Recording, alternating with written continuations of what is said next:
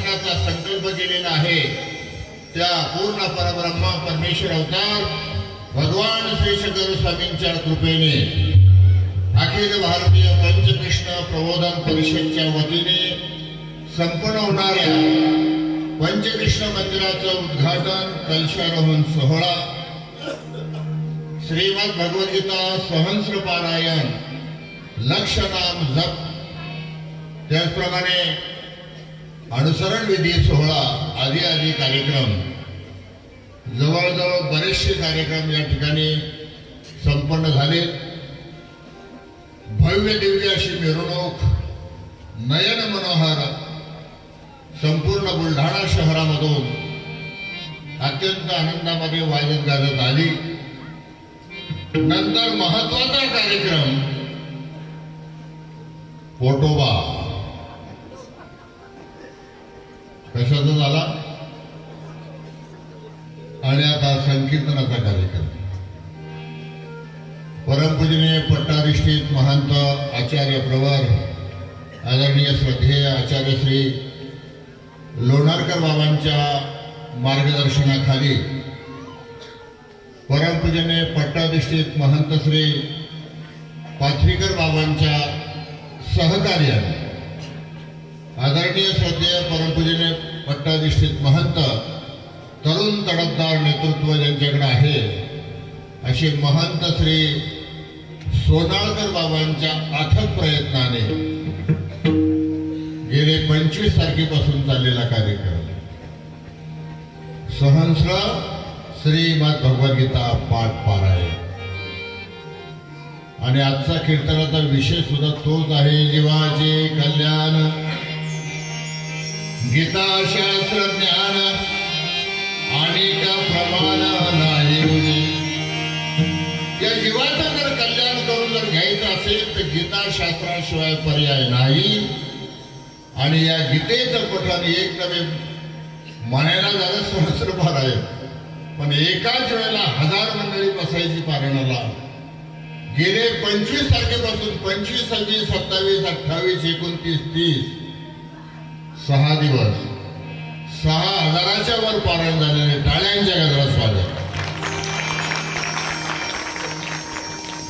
मग आचार्य श्री बाबांनी गीता शास्त्राचा एवढा उपक्रम महाराष्ट्रभर भारतभर राबवला. हजारो परीक्षार्थी त्यामध्ये उत्तीर्ण झाले. असं हे गीताशास्त्र कुणाचं आहे? हे गीताशास्त्र कुरुक्षेत्राच्या सम्रांगणी महावीर अर्जुनाला हा अर्जुन ज्याने धनुष्याचा टंकार केला तर वैराच्या छातीमध्ये धडकीवर आली. शंकनाद केला तर पृथ्वी सुद्धा थरथर कापायची. असा महावीर अर्जुन मोहग्रस्त झाला आणि या मोहग्रस्त अर्जुनाला मार्गशीर्ष शुद्ध एकादशीला कुरुक्षेत्राच्या सम्रांगणी भगवद्गीतेचं निरूपण भगवंतानी केलं. जीवाचे कल्याण गीताशास्त्रज्ञान. मऊ झाल्यानंतर रडावं लागतं. मऊ झाल्यानंतर रडावं लागतं. रडलंच पाहिजे. तेव्हा सुरुवात केली रडायला. मऊ झाल्यानंतर रडावं लागतं. पण रडणाऱ्या महिलांना हे माहीत नाही आपल्या गेलेल्या व्यक्तीच्या जीवासाठी रडतो का देहासाठी रडतो. अजून नातीचं लग्न राहिलं होतं ना आणि देवारी कसं आमच्यावर संकट आलं ना. आणि त्या मुख्य महिलेच्या बरोबर 2-4 महिला त्याला साथ देतात सुरुवात होती. रडावं लागतं, गोष्ट खरी आहे. पण गेलेल्या व्यक्तीच्या आपण जीवासाठी रडतो का देहासाठी रडतो. पहिलं उत्तर द्या, नाही तर इथून पुढे मऊ झाल्यानंतर रडायचं पण. कुणासाठी रडतो मोठ्याने बोला. हा मग 10-15 दिवस घरातच ठेवू द्या. पण कोणी ठेवते का. ज्याच्यासाठी रडतो त्याला ठेवू दे. घ्या बघून आता पुढची तयारी करायची आहे. देहासाठी रडतो ही गोष्ट खरी आहे.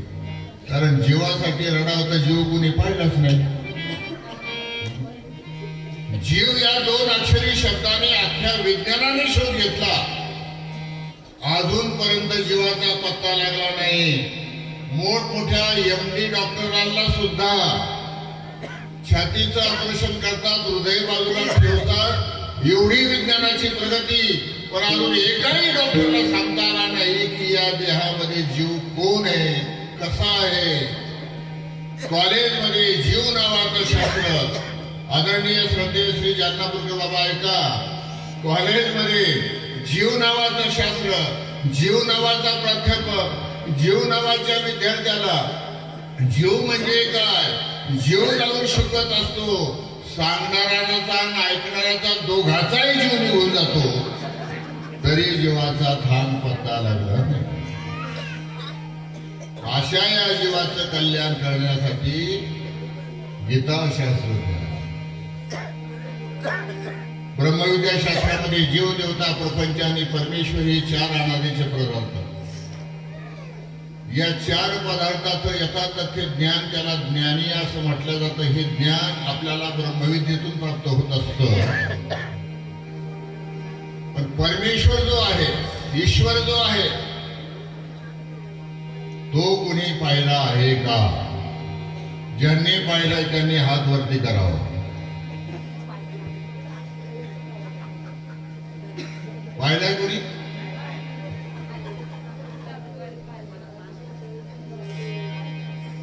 पाहण्यासारखी वस्तू आहे का ती. दिसतो का तो. मग आहे का नाही. आहे का नाही. आहे तर मग दाखवा. दरवाजा उघडताना कल कल कल कल असा आवाज येतो, तो दिसतो का. आपला जो ऑक्सिजन चालू आहे, श्वासोश्वास, हवा, ही कुणाला दिसली आहे का. मग आहे का नाही.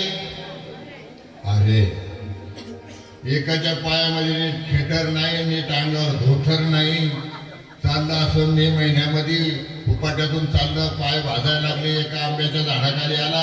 आंब्याच्या झाडाखाली आल्यानंतर डेरेदार झाड पाहिलं, गारगार माती पाहायला लावली आणि बरं वाटलं. वर वळून पाहिलं तर आंब्याला चांगले पाड आलेले होते आणि थंडगार झाल्यानंतर आपण आंब्याचे पाडही खाऊ असं त्यांनी ठरवलं. तितक्यात तो म्हणला, जगात सगळं देवाने निर्माण केलंय, कारण त्या आंब्याच्या झाडाच्या शेजारीच कलिंगडाचं आणि टरबुजाचं मोठं शेत होतं. मोठमोठाली कलिंगडं लागलेली होती. इकडं आंब्याच्या झाडाला कैऱ्या छोट्या छोट्या अशा लागलेल्या होत्या, पाडाला आलेल्या. हा म्हणला देव निर्माण केलं, पण देवाचा जरा हिशोब चुकला म्हणला. म्हणे कसं काय? म्हणे एवढ्या मोठ्या आंब्याला छोट्या छोट्या कैऱ्या आणि करंगळी सारख्या कलिंगडाच्या वेलाला एवढे मोठमोठाले कलिंगड आणि टरबूज. माझं असं म्हणणं आहे, आंब्याला हे पाहिजे होतं आणि हे तिकडं पाहिजे होतं. याच्या म्हणणे एवढ्यामध्ये जोरात वारा सुटला, झाड हाललं, याचं थोबाड वरच होतं. जशी कैरी सटकली, झाड दिशा नाकावर येऊन आदळली आणि एवढं मोठं नाग झालं. हा म्हणला बरं झालं देवा, आणि एवढं जर वर असतं तर. अरे लक्षाची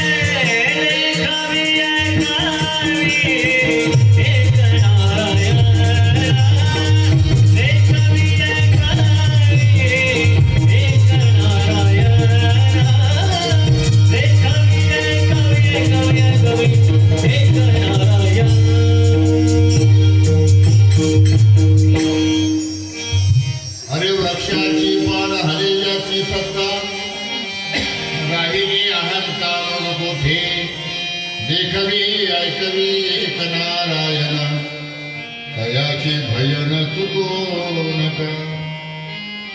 हे जीवाचं कल्याण जे गीताशास्त्र ज्ञान आहे, जे ब्रह्मविद्याशास्त्र आहे, हे भगवान गोपाल कृष्णाने अर्जुनाला निमित्त करून तुम्हाला मला सांगितलं.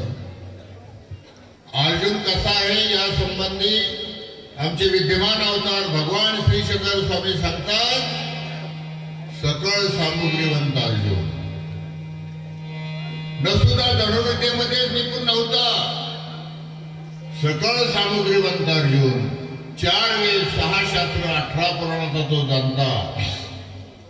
जशांचे महिमट्ट षडशास्त्र संपन्न उभय गंगा तीरामध्ये अवघ्या विद्वानाला ज्यांनी जिंकलं आणि जिंकण्याचं विद्वतेचं प्रतीक म्हणून पायामध्ये तृणांची वाकीन, हातामध्ये पेटता दिवा ठेवला आणि मग म्हणाले, हिम्मत असेल तर माझ्याशी चर्चा करावी. बाबाच्या मागे कोण बडबड करते?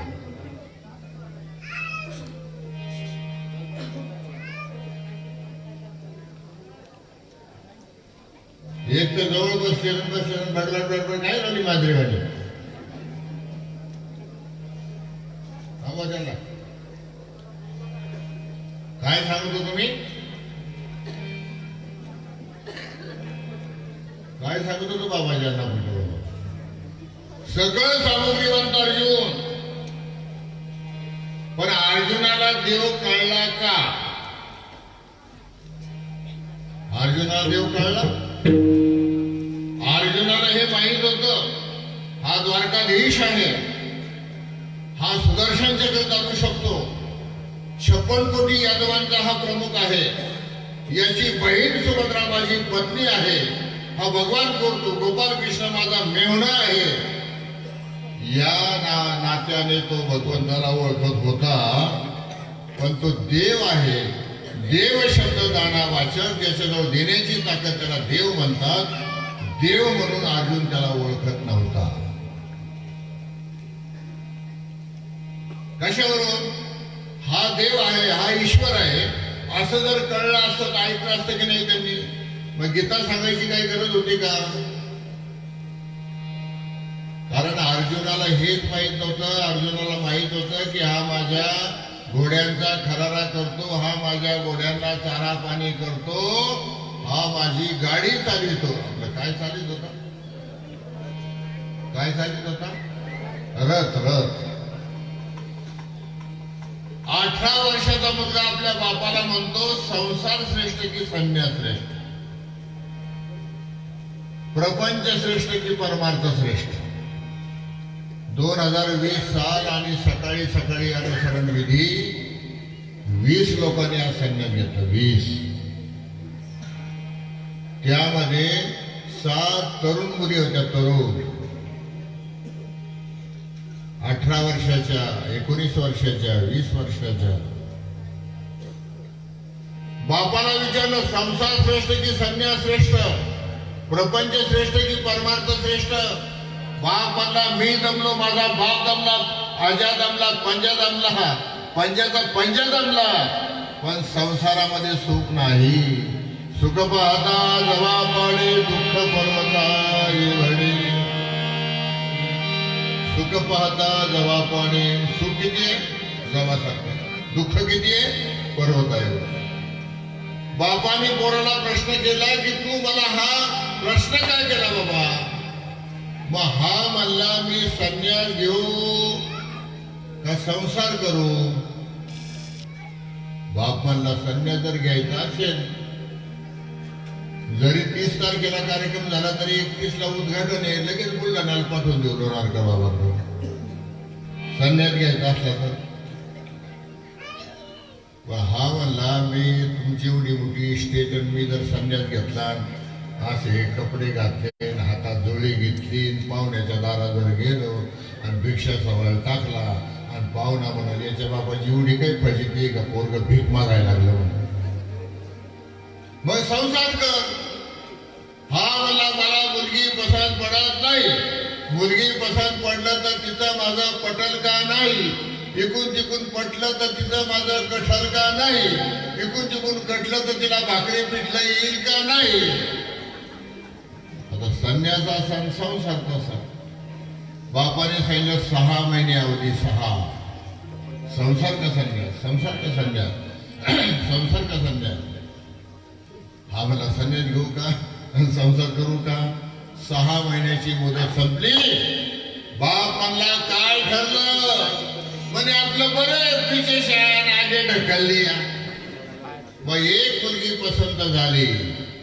हुंडा, हुंड्याबरोबर Hero Honda, cooker, mixer, TV, colour, चांगला हुंडा भरपूर दिलं, कपडे भारी भारी, मंडप थाटला गेला, पाहुण्यांच्या दृष्टीने पत्रिका छापल्या गेल्या, वाजंत्री बोलवण्यात आले, नवरा नवरीला हळद लावली. 12:30 वाजता हा घोड्यावर बसला घोडा आणि लग्नाला निघाला. आणि नवरीच्या बापाने श्री बालाजीचा भेद केला होता. नाही कळलं? श्री बालाजी, श्री म्हणजे श्रीखंड, बा म्हणजे बासुंदी, ला म्हणजे लाडू आणि जी म्हणजे वऱ्हाड. म्हणायला कव्हा एकदाची टाळी लागते ना हटाळी सुरू होते. हे जसं घोड्यावर बसून मंडपामध्ये आलं, नरा नारे नारे नारा नरा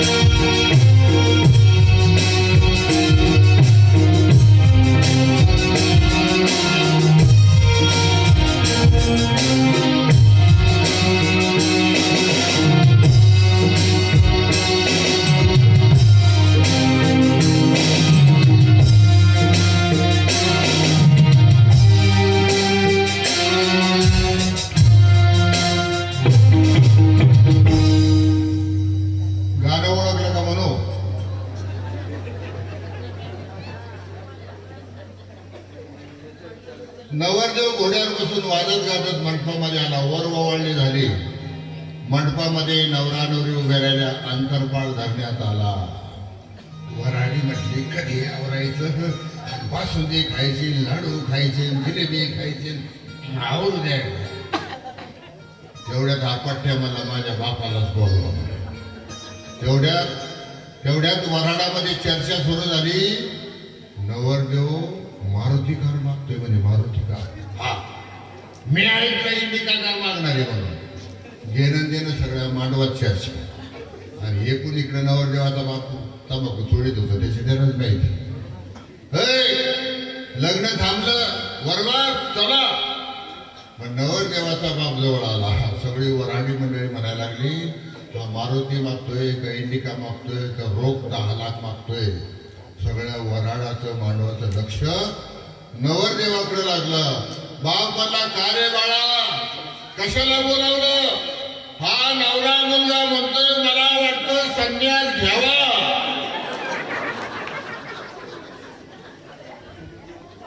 अशा वेळेला बाप काय करीत. एवढा सगळा थाटमाट आणि हा पाठ्या म्हणतो की मला वाटतं संन्यास घ्यावा. त्या पोरीला तिकडे हळद लागली. काय वाद्य विद्या मंगलवाद्य वाजायला लागले आणि हा म्हणतो मला वाटतं संन्यासच घ्यावं. एक बापाने गाल फाडत मारली. अशीच अवस्था अर्जुनाची झाली होती. हा म्हटला मी लढाईच करणार. मला राज्यही नको, लढाई नको. संन्यास घेतून जंगलामध्ये निघून जातो. भगवंत म्हटले ही काय झक आम्ही मारली. अरे सुईच्या भागात मावेल इतकी देखील माती मी पांडवाला देणार नाही. युद्ध हे आटल ठरलं गेलं. महाभारताचा संग्राम उभा राहिला. पंचजन्य ऋषिकेशो देवदत्तम धनंजय पौंड्रंगो महाशंकं भीमकर्मावृकोदर अनंत विजयं राजा कुंतीपुत्रो युधिष्ठिर नकुला सह देवस्य सुघोषो मणिपुष्पको. शंकना सुरू झाले. सेनापतीने आता आक्रमण म्हणून अवकाश. आणि तेवढ्यामध्ये एकमेकाचा मुंडके तोडायचा प्रसंग असताना या अर्जुनाने आपलं गांडीव धनुष्य घेतलं. भगवंताच्या श्रीचरणाजवळ आला. धनुष्यबाण टाकून दिला आणि मी लढाई करणार नाही. अशा वेळेला भगवंत म्हटले हे षंडा क्लैब्यम मास्मदमपात नैतत्व युगपद्धते क्षुद्रम हृदय दौर्बल्यम देखतो तिष्ठपर्यंत पहा. अरे पराक्रम म्हणून ज्या अर्जुनाकडे पाहिलं जातं, शौर्य म्हणून त्याच्याकडे पाहिलं जातं. आणि असा अर्जुन हा षंडासारखा झाला. काही अर्जुनावर परिणाम झाला. आमचे दागी शेवलेकर म्हणतात कविरत्न श्रीकृष्ण बोधी पाठा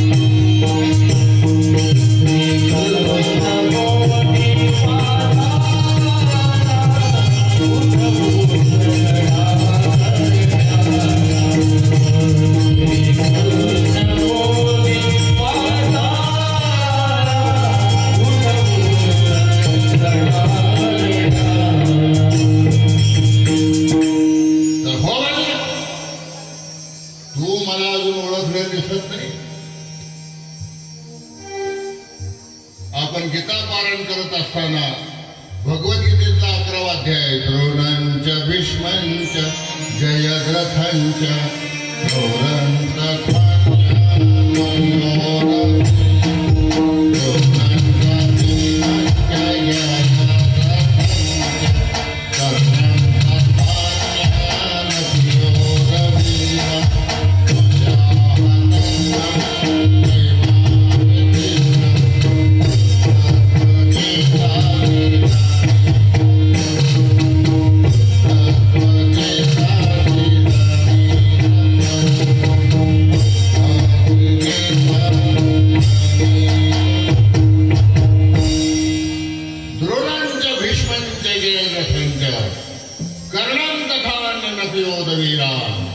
मया हतस्त्वं जहिमा व्यतिष्ठा युद्धस्वजिता शिरणे।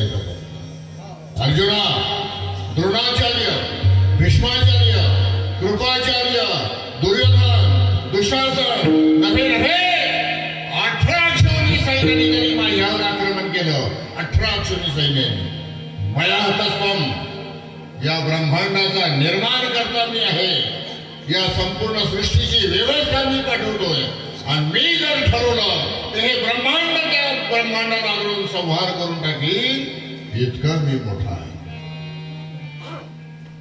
आणि हा मोठेपणा दाखवण्यासाठी भगवंताला विराट रूप धारण करावं लागलं. हो, किरीटिनम गदिनम चक्रस्थ तेजोराशं सर्वतो दीप्तिमंत, जीवाचे कल्याण गीता शास्त्र ज्ञान.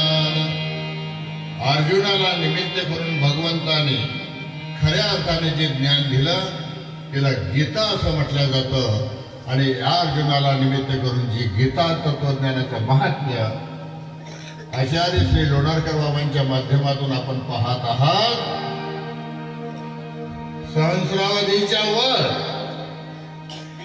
विद्यार्थी तयार झाले. काय या गीतेमध्ये काय आहे हो गीतेत? जीवाचे कल्याण गीता शास्त्र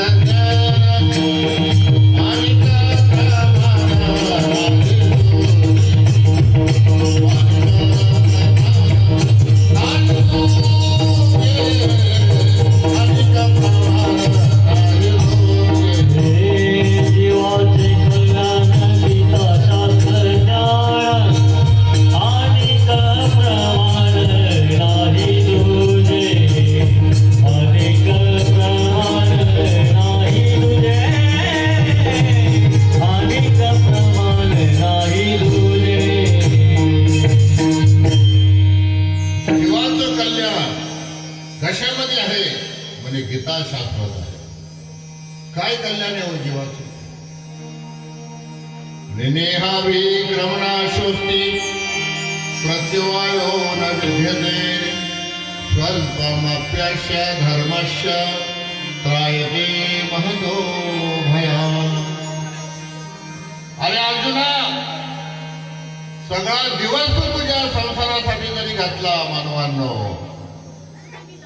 पण स्वल्पमप्यस्य धर्मस्य, स्वल्प जरी माझा धर्म आचरला तरी त्रायते महतो भयात्, मोठ्या संकटातून पार होण्याची पात्रता स्वल्पमप्यस्य धर्मस्य. जीवाचे कल्याण गीता शास्त्र ज्ञान. म्हणजे अजून तुम्ही काय करता? म्हणे अनन्याश्चिंतयन्तो मां ये जना पर्युपासते तेषां नित्याभियुक्तानां योगक्षेमं वहाम्यहम्. अनन्य भक्तीने जर तुम्ही मला शरण आलात तर तुमचा योगक्षम मी चालवतो, तुमचा प्रपंच मी चालवतो. मात्र अनन्य भक्तीने शरण गेलं नाही. पण गंमत अशी आहे, आमचा दृढ विश्वासच नाही व देवावर. मग ज्यांच्यावर दृष्टांत नाही, ज्याच्यावर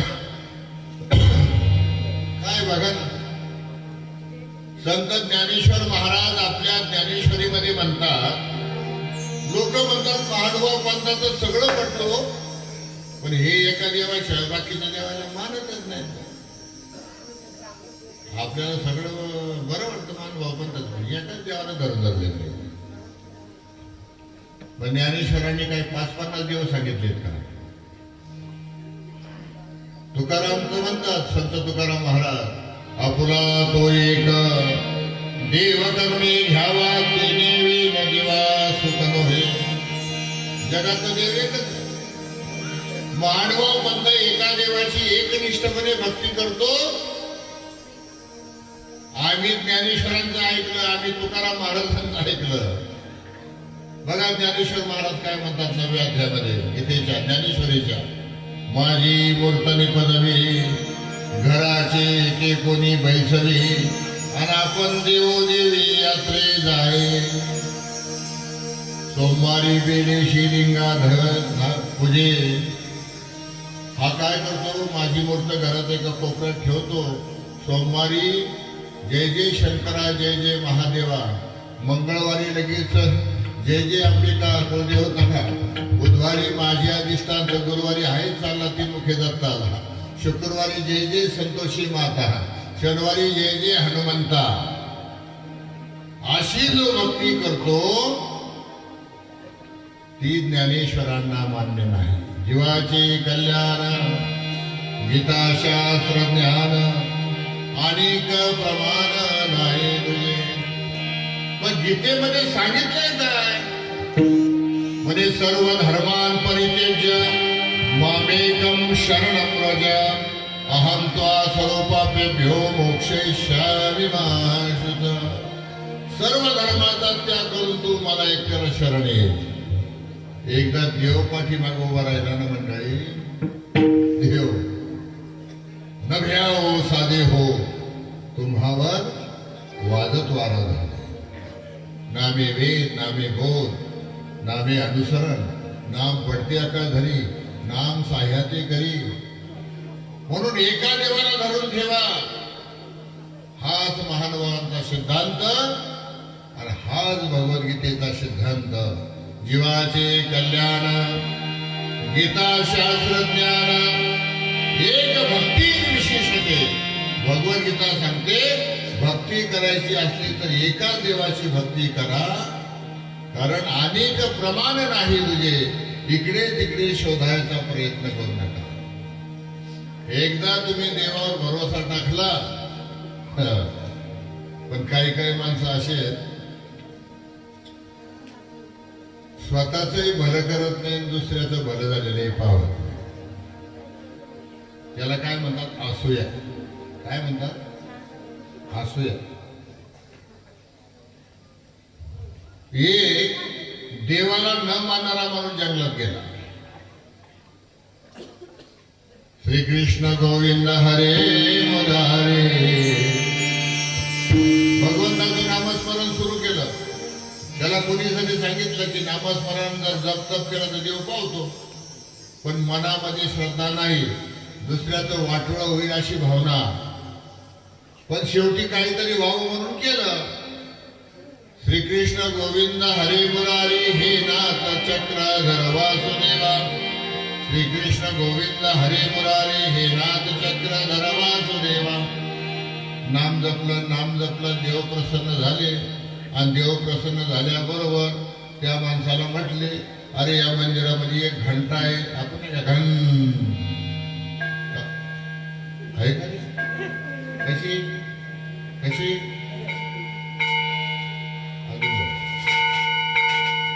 गणगण घंटा वाजायला लागली. म्हणे ही घंटा घे, घरी ने, या घंटेची पूजा कर. तुला काय जे पाहिजे ते माग, काही माग. बाजरी माग, गहू माग, सोनं माग, चांदी माग, पैसा माग. हा मला आता एका दाखवतो घरी गेला. हा थोडासा पुढे गेला की देवाने परत बोलून म्हणे इकडे. म्हणे तू जे मागशील ते हे घंटा देईल, पण या घंटेची अजून एक करामत आहे. म्हणे काय? तुला देणार 1 पट आणि गावाला मिळणार 2 पट. 12 वर्ष भक्ती केली, दैनिक सारी गेली. 12 वर्ष भक्ती केली, दैनिक सारी गेली.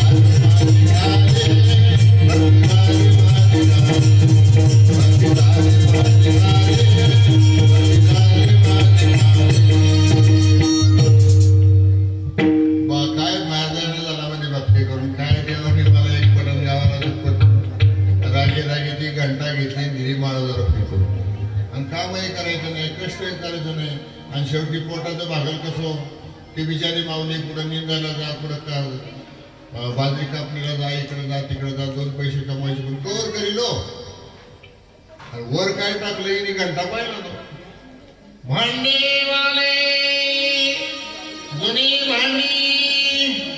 ह्या बाईला वाटलं तर एवढा मोठा 5 किलोचा घंटा आहे, निदान 10-15 दिवस तर भागल. पण हे भांडेवाल्या इकडे, तो घंटा घेतला. पण मंदिरातला देवाने दिलेला घंटा आहे म्हणे, तिची निदान पूजा तरी करावं म्हणून बाईने थोडंसं पाणी शिंपलं, त्याला कुंकू विंकू लावलं. म्हणे घंटेश्वरा, हा असा मला भेटलाय, आता मी तुला ऐकून टाकते बाबा.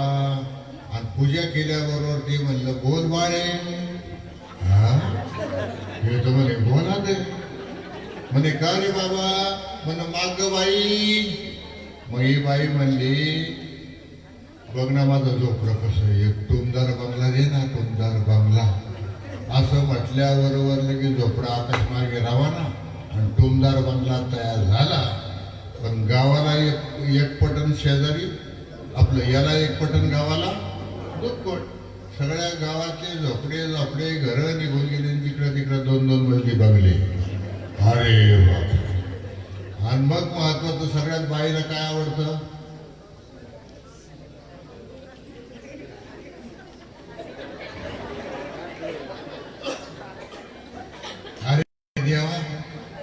काळा पोत घालू घालू कठाळा आला. म्हणे 10 तोळे सोन्याचे अलंकार दे बाबा रे. गचकनबाईच्या गळ्यात 10 तोळे. पण हिच्या गळ्यात 10 तोळे आल्याबरोबर गावातल्या सगळ्या महिलांच्या गळ्यात 20-20 तोळे. इकडं एक पटन गावाला. बरं झालं, म्हणजे माझं एक कल्याण झालं, गावाचं एक कल्याण झालं. बरं झालं. आता हे संध्याकाळी जसं गावाहून आलं, जिकडं तिकडं 2 मजली बंगले, 2 मजली बंगले. आपलं घर कुठं आहे म्हणे. हा, ती 1 मजली दिसते, ते आपलंच दिसते. हिने घंट्याची करामत केलेली दिसते. जसं घरी आलं, अगं अगं म्हणे बोला बोला, काय केलं म्हणे, सगळ्या गावाचं भलं केलं. गप्पा आरडू नका, देण्यानं घेणं हिशोब विचारणं, आवाज करायचा नाही. आण तो घंटा इकडं. याने घंटा हातात घेतला आणि दरवाज्यात उभा राहिला. आणि देवा देवा देवा, माझा एक डोळा फुटू दे. याचा एक डोळा फुटल्याबरोबर गावातली मंडळी म्हणे देवा, आता माझं एक टंगड जाऊ दे. याचा एक पाय गेल्याबरोबर गावातली मंडळी सगळी अनादळ्याला पांगळ्याला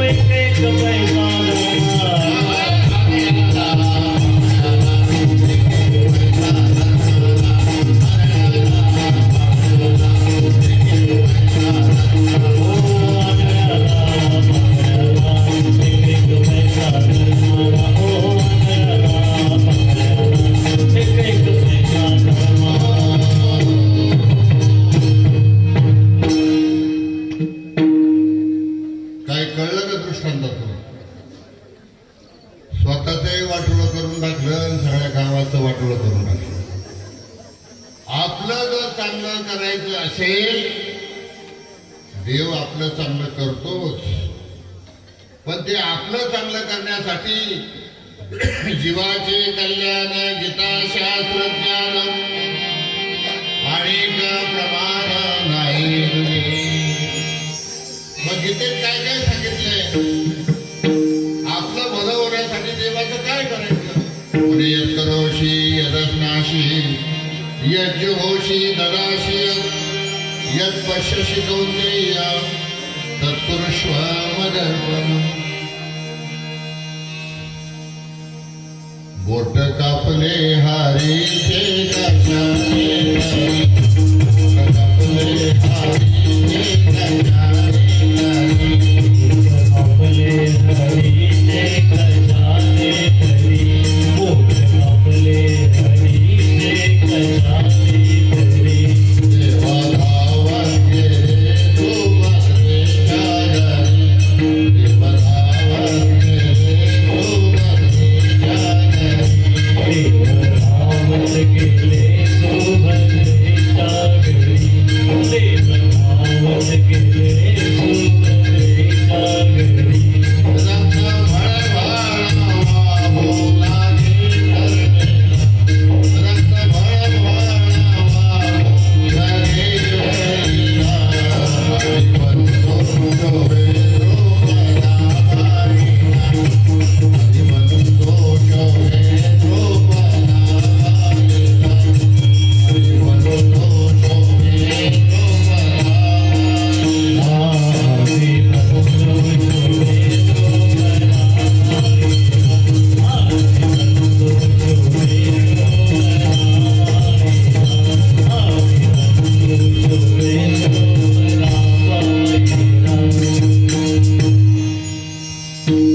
भगवान गोपाल कृष्ण भाजी कापत कापत होते. कापता कापता हिळीने बोट कापलं आणि कापल्याबरोबर रक्त गळगळ गळगळ व्हायला लागलं. आता त्यांची काय आग होणार आहे का मला, पण शेवटी मनुष्य वेशाला मान दिला आणि रक्त गळगळ व्हायला लागले. धावत धावत आपल्या ताईच्या घरी सुभद्राबाईच्या घरी गेले. अगं म्हणे सुभद्रे सुभद्रे चिंदी बांध माझ्या बोटावर ग बाई बांध बांध.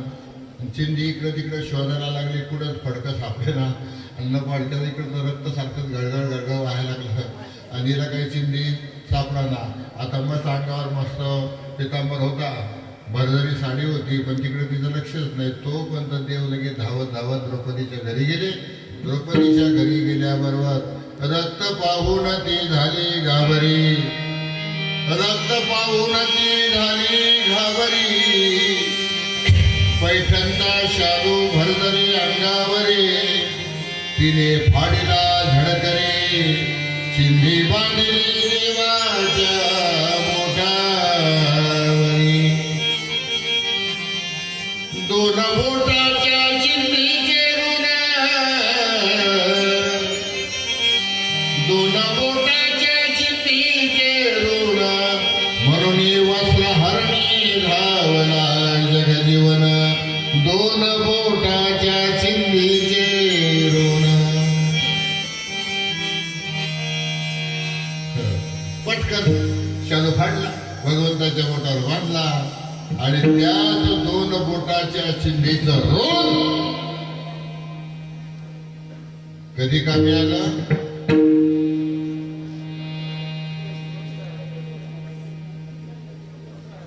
आपल्याला सगळ्याला कळतं. हस्तिनापुराचा सम्राट म्हणून दुर्योधन झाला. भावी राजा म्हणून दुर्योधनाकडे पाहत असताना भगवंताच्या कृपेने पांडवांना इंद्रप्रस्थ खांडवन जाळून मिळालं. इंद्रप्रस्थ म्हणजे आजची भारताची राजधानी दिल्ली शहर. याचं जुनं नाव काय आहे? इंद्रप्रस्थ. आणि या इंद्रप्रस्थामध्ये भगवंताच्या कृपेने जो महाल पांडवांनी बांधलेला होता, वास्तू शांतीच्या निमित्ताने कौरवांनाही आमंत्रित करण्यात आलं होतं. पण बांधणारा महाल असा कारागीर होता. आता पाहिलं की नाही आपण काय मंदिर बांधले पंचकृष्णाचे. अजूनही सांगताय ना किती लाखाने पंचकृष्णाचं मंदिर. गंमत मागून मागाशी लोक पाहत होते, ज्या बाजूला बघते तिकडेच बघत राहिले. नजर तिथंच टिकून राहते, तिकडे गेली की तिथंच टिकून राहते. इतकी सुंदर. आणि अशा पद्धतीमध्ये इंद्रप्रस्थामध्ये पांडवांचा जो महाल बांधण्यात आलेला होता. वास्तू शांती निमित्त कौरवांचं आगमन झालं होतं. कौरवमध्ये दुर्योधन, दुशासन, शकुनी मामासहित सगळी मंडळी आलेली होती. पण गंमत अशी होती, जिथं दुर्योधन आला, जिथं पाण्यासारखं वाटलं तिथं जमीन होती, आणि जिथं जमिनीसारखी जमीन दिसत होती तिथं पाणी होत. जमिनीसारखी जमीन दिसली, दुर्योधन आला आणि धपकन पाण्यात पडला. द्रौपदी हसली आणि काय म्हणली, आंधळ्याचे पुत्र सुद्धा आंधळे. कारण चालताना पाय घसरला तरी चालेल, चालताना पाय घसरला तरी चालेल, मोडला दवाखान्यात जाता येईल, प्लास्टर लावता येईल, नाही झालं तर कुंडीत घेता येईल. चालताना पाय घसरला तरी चालेल, पण बोलताना जीभ घसरली की संपलं. मानवशास्त्र सांगतं, सहज पाहणे हा स्वभाव. काय? सहज पाहणे हा स्वभाव, पण पुन्हा पुन्हा पाहणे हा विकार. बघा तुम्ही करून, एखाद्या पुरुषाने एखाद्या स्त्रीकडे सहज पाहिलं काय वाटणार नाही, आणि पुन्हा पुन्हा माकडावाने पाय राहिलं तर ती पायाची शांडरच काय रे मुडदे. सहज पाहणे हा स्वभाव, पण पुन्हा पुन्हा पाहणे हा विकार. सहज पडला पण मोठ्याने हसली. आंधळ्याचे पुत्र आंधळे असतात, आणि एवढ्या शब्दावरून सूड घेण्याचा प्रसंग आला. 12 वर्ष वनवास, 1 वर्ष अज्ञातवास, आणि ज्या वेळेला भरजरी कपडे काढण्यात आले, तिच्या साड्याही गेल्या. पांडव तर झाले दास, पण शेवटी दुर्योधनाने दाखवून दिलं की आंधळ्याचे पुत्र असा पांडव दास झाले. आणि त्या युद्धामध्ये पांडव हरले गेले, राज्य हरलं, संपत्ती हरली, आणि शेवटी या मूर्ख लोकांनी स्वतःची पत्नी सुद्धा पणाला लावली, आणि त्याच्यामध्ये सुद्धा शकुनी मामाने डाव साधला. द्रौपदी सुद्धा पणामध्ये हरल्या गेली.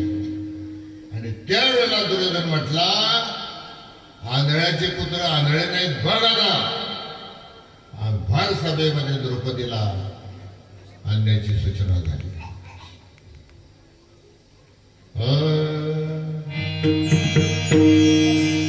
मम प्रिय नंद सुता,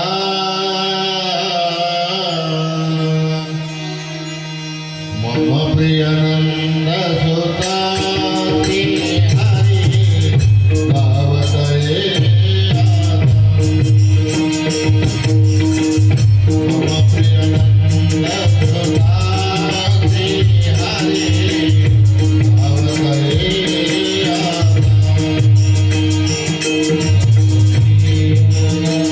Hare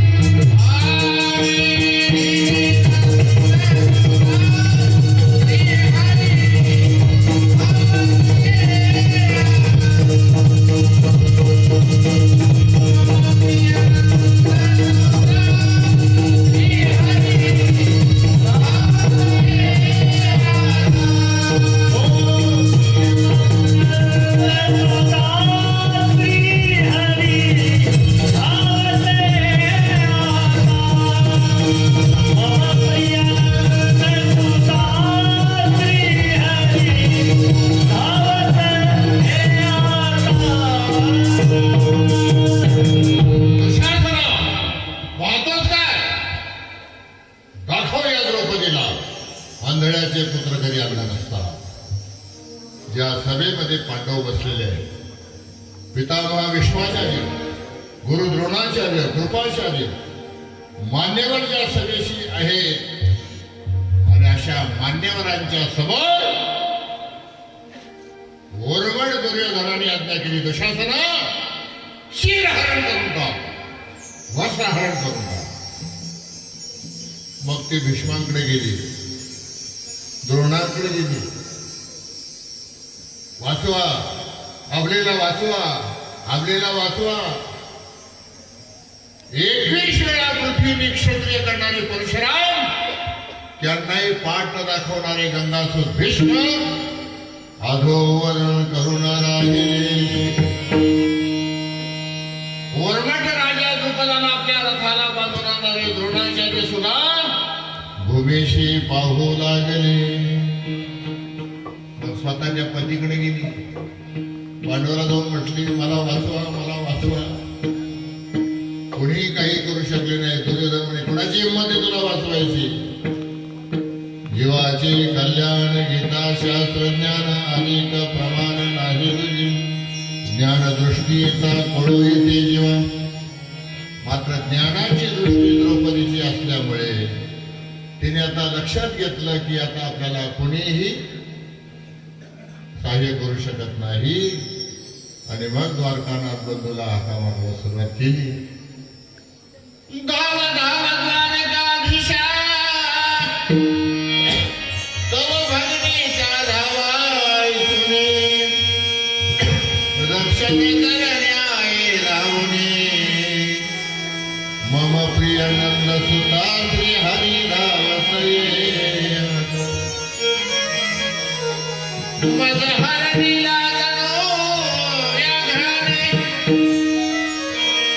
भक्षण करण्याचा बाजूने विधिले नंद सुता श्री हरी धावतये.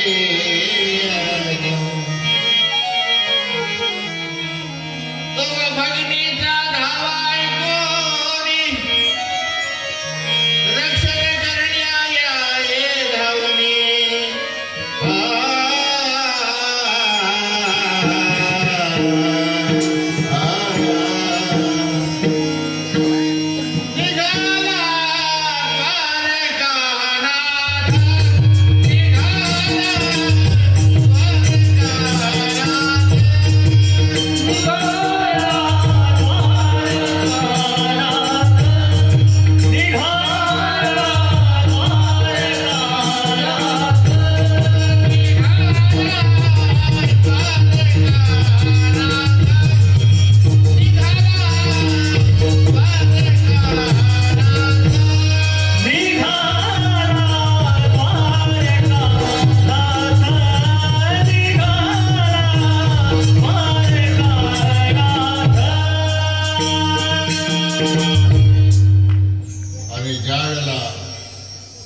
तिने ओळखून घेतलं की माझं कोणी रक्षण करू शकत नाही.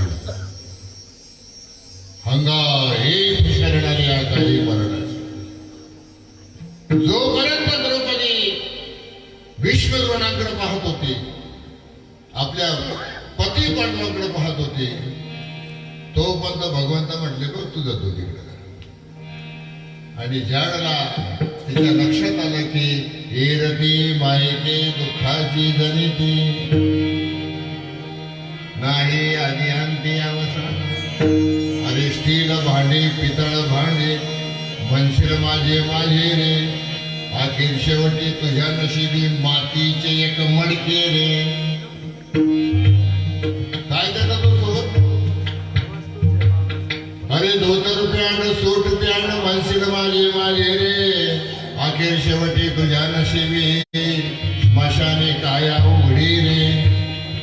अरे काका काकी मामा मावशी, म्हणशील माझे माझे रे, काका काकी मामा मावशी, म्हणशील माझे माझे रे, अखेर शेवटी तुझ्या नशिबी तेच माती लोटतील रे. 10 दिवसाचं सुतक पळतील. एकदा दावा झाला तो तिकडं मी तिकडे. अहो 80 वर्षाची म्हातारी, हा, आणि 50 तोळे गळ्यात दागिने. किती? 50. पाचो 2 लाख म्हातारीच्या गाड्यात आणि एवढी मोठी नथ नाक सर्व नाकवळ खाली वाकून गेलं. आता 80 वर्षाची म्हातारी गुडघ्यात गेलेली. कशात गेलेली?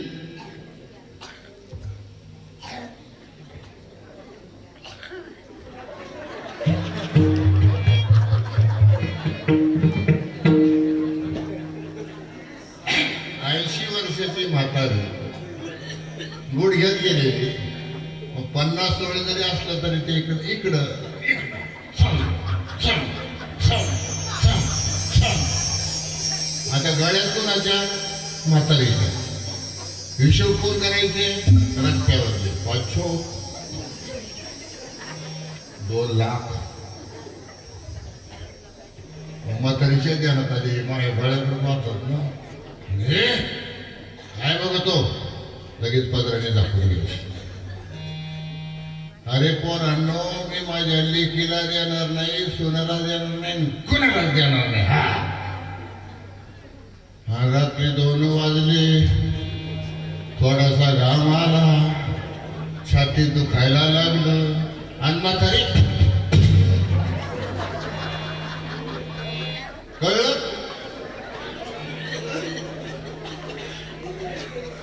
अजून 7वाचं लग्न बघायचं होताना देवा. आणि तुला काय आमची म्हातारी बघवली नाही का देवा? देव मला रिकामा हाता मारायला. आणि देव अजून थांबायला पाहिजे होत. आणि आता नाताचं लगीन 14 फेब्रुवारीला आहे ना. आणि हळूहळू हातगाड्याजवळ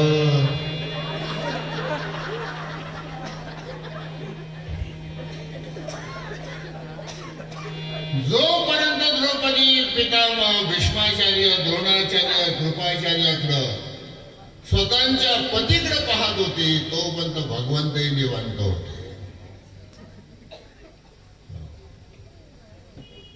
कारण आपण जोपर्यंत देवाला बोलवत नाही, आपण जोपर्यंत देवाच्या भरोशावर राहत नाही, तोपर्यंत देवही आपल्याकडे लक्ष देत.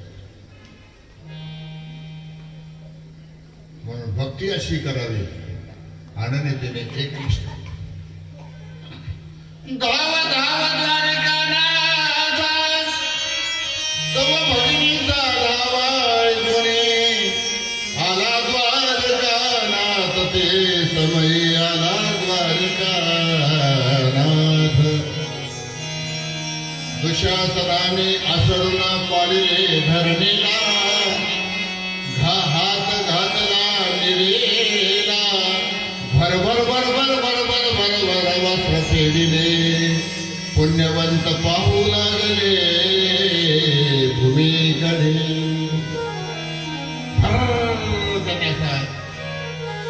पदर ओढला आणि पुण्यवंताने आपले डोळे झाकले. भीष्म द्रोणासारखे सत्पुरुषाने डोळे खाली टाकले. पाठी पाहती सतीकडे आणि ज्यावेळेला पदर ओढला, काय चमत्कार झाला. भगिनीसाठी वस्त्र पुरवू लागला, भगिनीसाठी वस्त्र पुरवू लागला.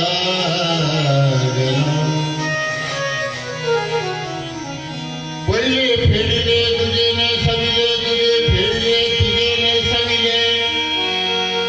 नागपूर पैठणी तीरा बहिणीशी पुरवितो कोडा. वस्त्राचे ढिगार लागले, वस्त्राचे ढिगार लागले. वस्त्र फेडता जमला दुशासन. वड वड वड वड वड आणि तिकडून भगवंत वस्त्र पुजले. याला माहिती की त्याच्या बापाचा बाप तिथं उभा होता. एकदा असंच द्वादशाने आग्रह केला महादयशाला, चला म्हणजे काशीला जाऊया. काशीला जाऊया म्हणजे काशीला. स्वामी म्हणतात, कशाला जाता बाई तिकडे? तुमचं आम्ही भलं करू इथं. नाही म्हणजे खूपच आग्रह आहे, म्हणजे खूपच आग्रह आहे. मग हे गेले म्हणे, देव मला आज्ञा देत नाही. स्वामी श्री चक्रधर महाराज मग त्यावेळेला म्हणे 4 धाम जीवनावर येऊन गेले पाहिजे तर जीवाचं भलं होत असतं. आणि स्वामींना काय, कोणी नरकाला गेले आणि काही स्वर्गाला गेले काय. काय म्हणतोय दादू, स्वर्गाला गेलं काय आणि नरकाने गेलं काय. आणि महादाई सरतेच होती, जशी आली तशी दादू संत सांगितलं. म्हणे बाई, म्हणजे त्यावेळेला महादाईला असं सांगण्यात आलं, 56 कोटी यादव झुंजो झुंजो मेले. 56 कोटी यादव झुंजो झुंजो मेले. श्रीकृष्ण चक्रवर्तीशी काही कलम काही केलं श्रीकृष्ण महाराजांनी, मेले रे सगळे यादव. तसं काय स्वर्गाला गेलं काय, नरकाला गेलं काय, स्वामीला काय, असं येऊन महादाईशील सांगितल्याबरोबर स्वामी श्री शकरराणी आपल्या अंगीच्या बाही सावरल्या. काय बोलता बाई, काय बोलता बाई. कुणी वराचे कुणी शापाचे. कसे होते यादव, कुणी वराचे कुणी शापाचे. एका उद्धवार्जुनाच्या केसाला धक्का जरी लागला असता ते हे ब्रह्मांड त्या ब्रह्मांडावर आदळून संहार करून टाकला असता श्रीकृष्ण चक्रवर्तीने. लक्षात ठेवा, स्वामी सुद्धा त्यावेळेला आम्ही कृष्ण अवतार आहोत हे जणू महादाईशाला पटून टाकलं. अशा पद्धतीमध्ये वडून वडून वडून हा दमला, इतका दमला इतका दमला, वस्त्राचे ढिगार लागले. नागपूर पैठणी बीड बहिणीशी पूर्वी तो गोड. फार घामाघूम झाला. अंजळकला पितांबर द्रौपदीच्या अंगावरी,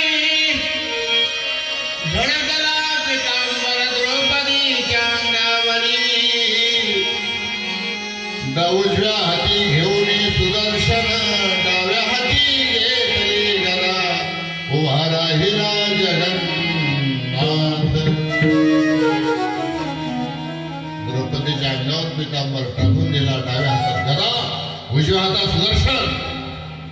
काय बोलला तो यशोदानंदन,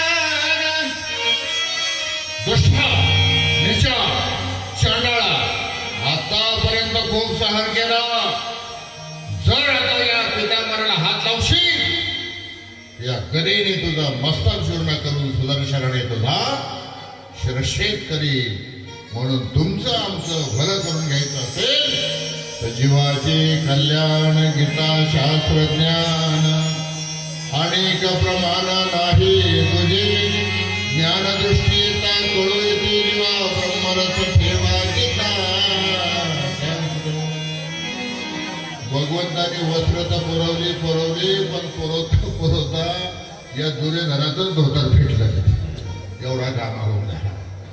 आणि मग पितामह भीष्म द्रोण या सर्व मंडळींनी बोला द्वारकाधीश भगवान की, द्वारकाधीश भगवान की, श्री गोपाल कृष्ण भगवान की. पतिव्रतेची लाज राखली, अबलेची लाज राखली. सांगण्याचं तात्पर्य की आपला भाव कशा पद्धतीने जर असला तर भगवंत निश्चितच आपल्या पाठीशी असतात. आणि आपलं बरं करायचं असेल तर पावणे 11 वाजले.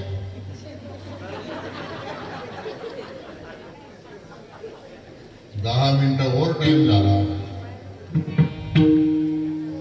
आदरणीय श्रद्धेय परमपूजनीय पटाधिष्ठित महंत आचार्य पर्वत श्री लोणारकर बाबांच्या माध्यमातून गेले 25 तारखेपासून चाललेला हा कार्यक्रम आज जवळजवळ अजून 20 मिनिटांनी 31 तारीख लागणार आहे. आणि 31 तारखेला भव्य दिव्य अशा पंचकृष्ण मंदिराचं उद्घाटन सोहळा उद्या साधू संतांच्या उपस्थितीत संपन्न होणार आहे. आपल्या ठरल्याप्रमाणे सर्वांनी आरतीला उभं राहावं आणि आरती झाल्यानंतर हा कार्यक्रम संपतो.